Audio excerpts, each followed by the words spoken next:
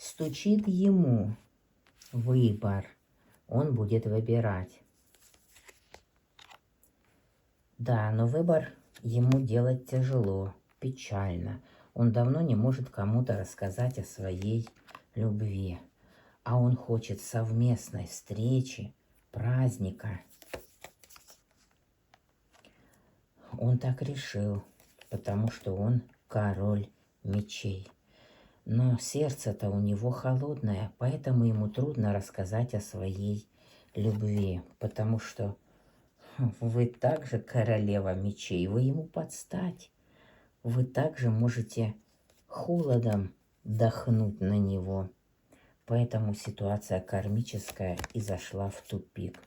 Вы друг другу служите учителями, обучаете друг друга делать правильный выбор.